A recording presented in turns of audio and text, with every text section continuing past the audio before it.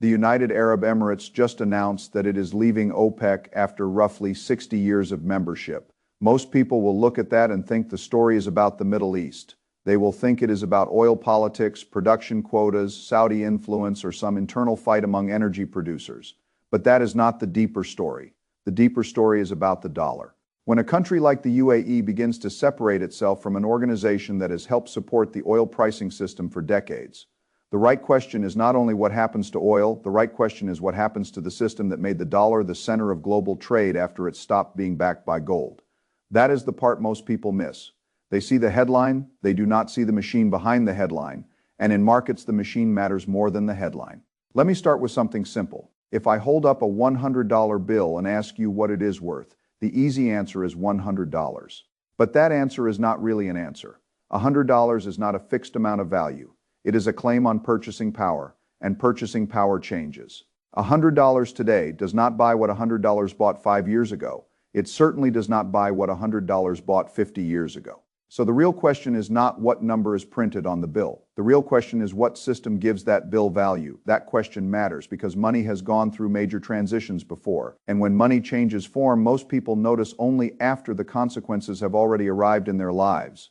Before 1971, the United States dollar was connected to gold. That did not mean the system was perfect. No monetary system is perfect. But it did mean there was a constraint. If the government wanted to spend far more than it had, it could not simply create unlimited dollars without eventually running into the gold constraint. Gold was the anchor. Gold was the thing that could not be printed. Then, on the 15th of August, 1971, President Richard Nixon suspended the convertibility of the dollar into gold. He called it temporary, but temporary has lasted more than half a century. That one decision changed the nature of the dollar. The dollar moved from being money backed by gold to being fiat currency backed by confidence. That distinction is extremely important. A fiat currency works because people believe it works. You can buy groceries with dollars because the grocer believes someone else will accept those dollars later. Businesses accept dollars because suppliers accept them. Foreign central banks hold dollars because other countries use dollars.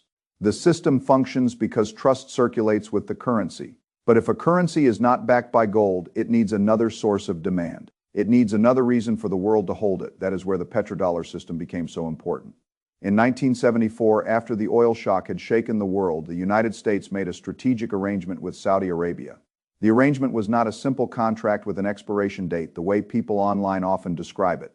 It was not a neat little 50-year agreement that suddenly ended on a particular day.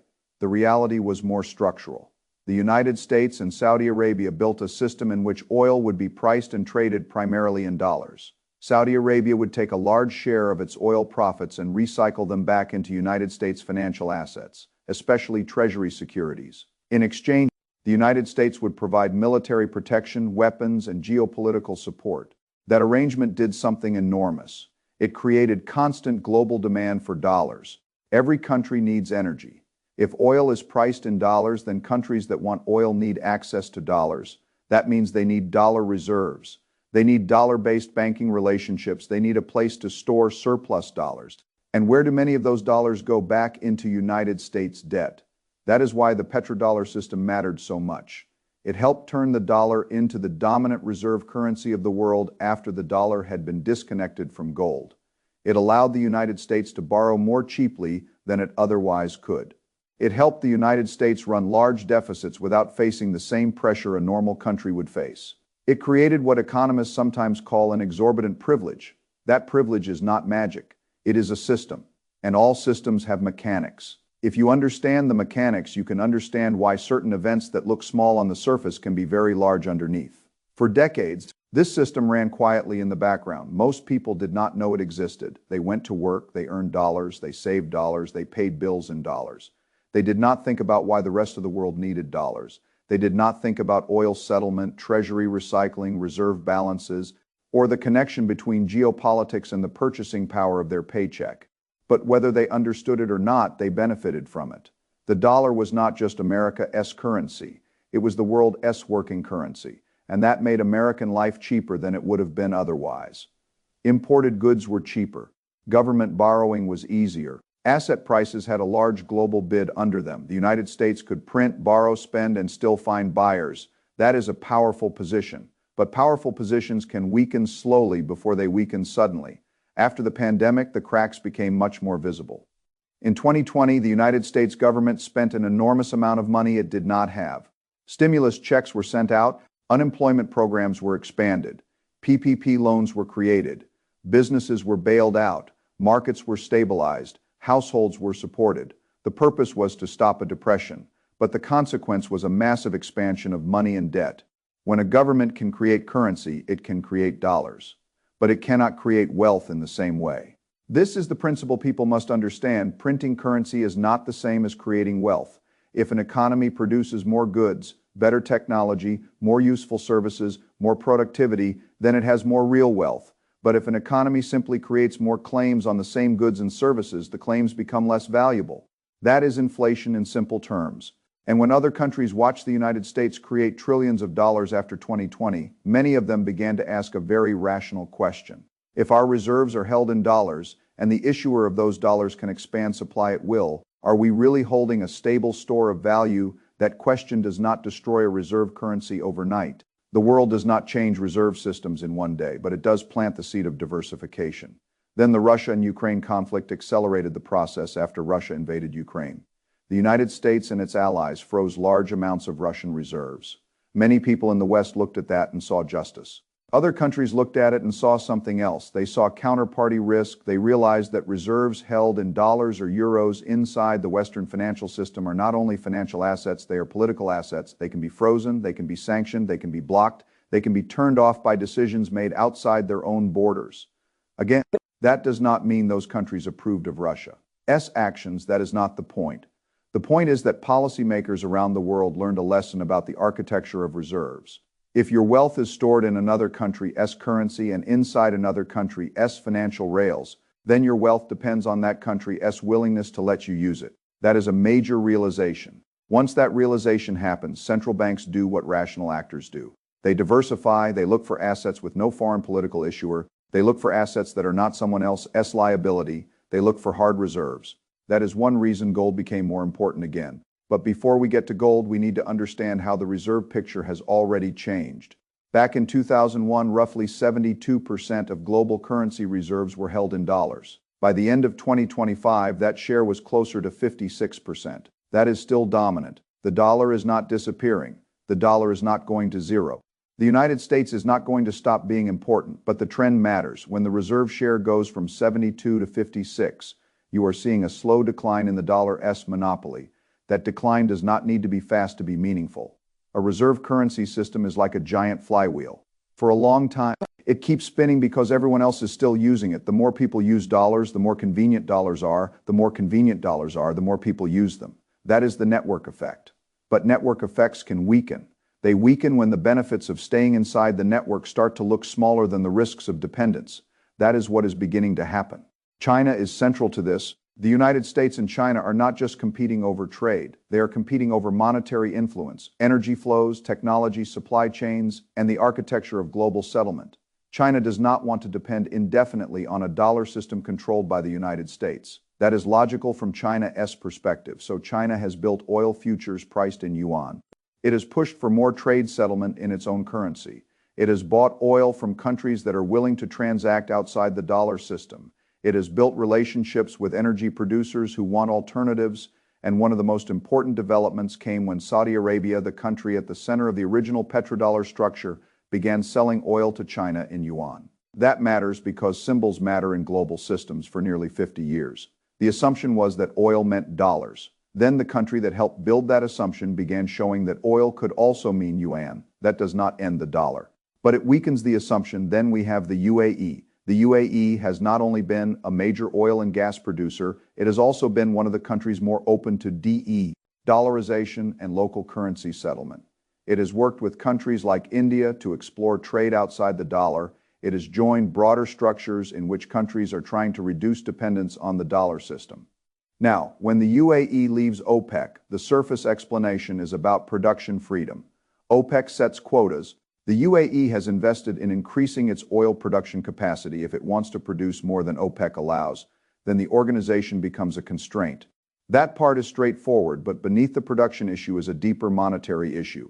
If a country wants more freedom over its energy policy, it may also want more freedom over how that energy is priced and settled. OPEC has been deeply connected to the old dollar-centered oil system. The UAE separating from that system creates room for more independent arrangements. Maybe it sells more oil in local currencies, maybe it builds deeper energy ties with China or India, maybe it uses a mix of currencies, maybe it does not make an immediate dramatic change at all. The exact path is uncertain, but the direction is important. The direction is away from a single dollar-centered oil structure and toward a more fragmented system. That fragmentation matters because the value of the dollar depends partly on global demand for dollars. If fewer countries need dollars to buy oil, there is less forced demand. If fewer oil exporters recycle profits into treasuries, there is less automatic support for United States debt. If more central banks diversify into gold or other currencies, the dollar's share of global reserves declines. These are not isolated developments. They are connected parts of one system. That is how I think about these issues. I do not look at one headline by itself. I look at the cause and effect chain. The United States moved off gold. The dollar became fiat. The petrodollar system created global dollar demand. The United States used that demand to borrow and spend heavily. After 2020, money printing and deficits increased concern about dollar debasement. After Russia's reserves were frozen, countries became more concerned about political risk. China pushed yuan-based energy settlement. Saudi Arabia began experimenting with yuan oil sales. The UAE has now moved away from OPEC while already showing interest in de-dollarization. Central banks are buying gold. The chain is clear. It is not a conspiracy. It is a system reacting to incentives. And when incentives change, capital flows change. That is where investors need to think carefully. The first area to understand is gold. Gold has already risen significantly. That means you have to be careful. You never want to chase an asset only because it has gone up. But you also need to understand why it went up. Gold benefits when confidence in paper currency declines. Gold benefits when central banks want reserves that are not someone else's liability. Gold benefits when governments run large deficits and print money. Gold benefits when geopolitical fragmentation makes financial sanctions more common. Gold does not generate cash flow. It does not produce earnings. It does not innovate. It just sits there. For that reason, I do not think of gold the same way I think of a productive investment. A productive investment is an asset that creates value over time. A good business can grow earnings. A good property can produce rental income. A good farm can produce crops. Gold does not do that. Gold is different. Gold is a form of monetary insurance. It is a hedge against the currency. It is hard money in a world where paper money can be created. That does not mean gold always goes up. After the 2008 crisis, gold rose strongly because people feared money printing and currency instability. Then, when it became clear that the system would stabilize, gold fell and stayed weak for years. Gold responds to fear about currency and financial systems. When that fear rises, gold tends to perform. When that fear falls, gold can disappoint. That is why it must be sized correctly. In portfolio construction, the question is not whether gold is good or bad. The question is what role it plays. If you own gold because you expect it to behave like a high-growth technology stock, you do not understand it. If you own it as a reserve asset in a world of monetary debasement and geopolitical fragmentation, you are thinking more clearly for someone who does not want physical gold. There are ETFs that provide exposure to gold prices. Physical gold creates storage and security issues. An ETF creates counterparty and structure issues. Every choice has trade-offs. There is no perfect asset. There are only risks you understand and risks you do not understand. The second area is international diversification. If the world becomes less dollar-centered, then it can make sense to think about assets outside the United States. That does not mean abandoning the United States. The United States still has the deepest capital markets, the strongest innovation ecosystem, and many of the most important companies in the world. But concentration is a risk. If your income, house, savings, stocks, retirement account, and currency exposure are all tied to one country and one currency, you are concentrated. Most people do not think of themselves as concentrated because their brokerage statement shows many holdings. But if all those holdings are United States dollar assets, they may be more concentrated than they realize. International investing can provide diversification.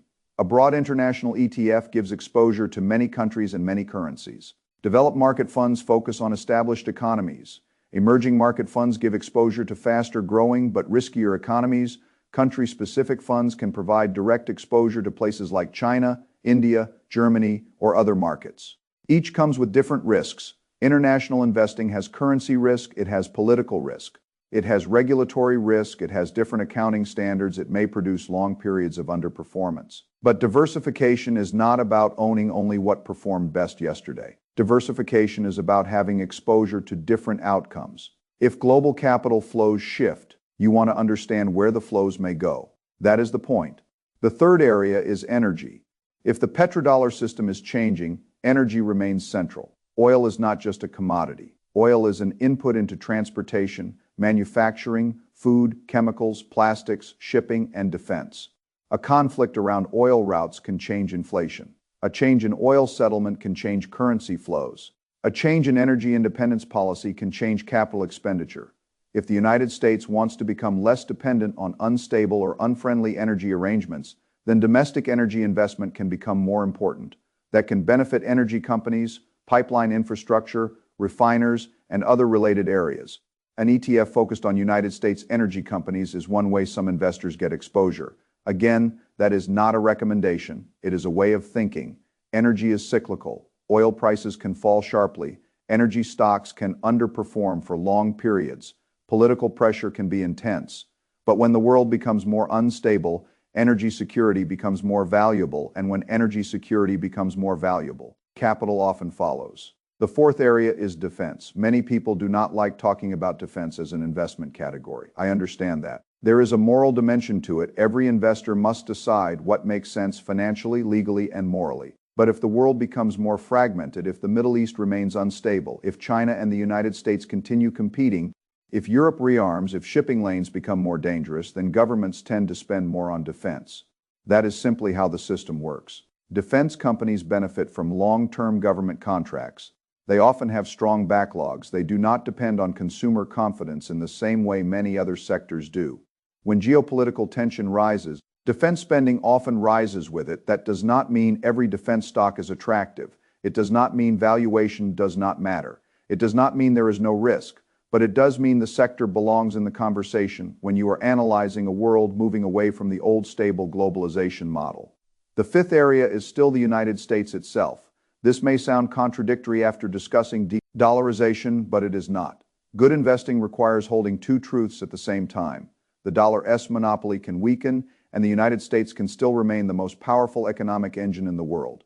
The petrodollar system can fragment, and the S&P 500 can still contain many of the world's best businesses. Foreign central banks can buy more gold, and United States companies can still lead in technology, software, energy defense, healthcare, and financial innovation. Do not confuse a weakening monopoly with immediate collapse. Systems decline slowly. They also adapt. The United States has enormous advantages. It has capital markets that the rest of the world still uses.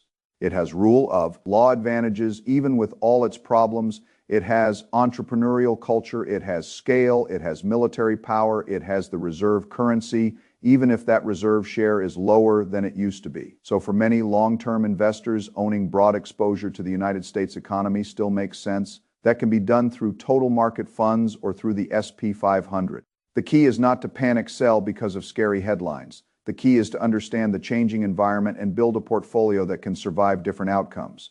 This is where many people make mistakes. When they hear that the petrodollar is weakening, they jump to extremes. They say the dollar is finished tomorrow. They sell everything. They buy one asset. They become emotionally attached to a collapse narrative. That is not how I think. I think in probabilities.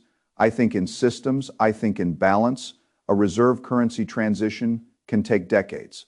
A currency can weaken without collapsing. Gold can rise and still have violent corrections. International markets can benefit from de-dollarization and still underperform for years. Energy can be strategically important and still be a bad investment at the wrong price. Defense can get more government money and still trade at too high a valuation. The right answer is rarely all or nothing. The right answer is usually to understand the mechanism and then diversify intelligently.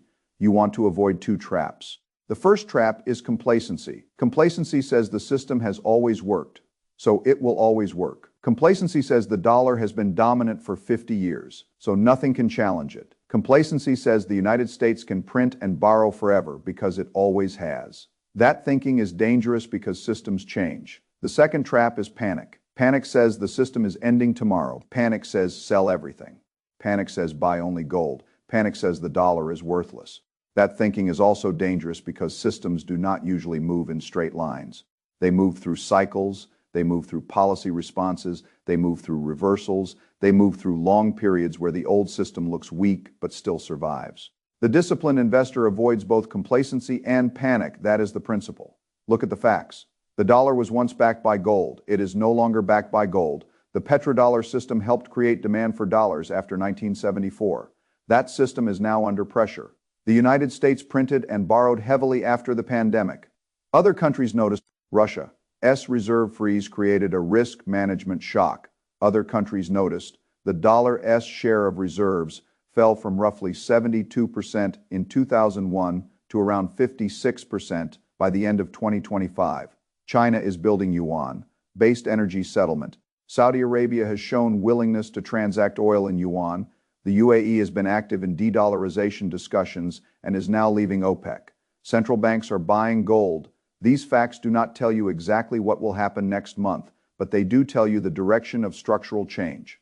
And when structural change happens, the most important thing is not to predict the exact date, it is to be positioned so you are not fragile. Fragility is when one bad outcome can damage you permanently. If all your wealth is in cash and the dollar loses purchasing power, you are fragile. If all your wealth is in one speculative asset because you believe a collapse story, you are fragile. If all your wealth is in one country, one currency, one sector, or one thesis, you are fragile. Resilience is different. Resilience means you can live through multiple outcomes. If the dollar remains strong, you can survive. If the dollar weakens, you can survive if gold rises. You participate if gold falls. You are not ruined. If energy becomes more valuable, you have exposure. If technology continues driving American markets higher, you have exposure. If international markets finally benefit from capital rotation, you have exposure. That is how I think about the current moment. Not as a reason to panic, not as a reason to ignore it. As a reason to study the machine. The UAE leaving OPEC is not just an oil headline. It is another signal that the old energy dollar system is becoming more multipolar. The dollar still matters, oil still matters, gold still matters, energy security still matters, defense still matters, American markets still matter, but the relationships between them are changing. If you understand that, you can begin to think like an investor instead of a headline reader. A headline reader asks, what happened today? An investor asks, what system does this belong to?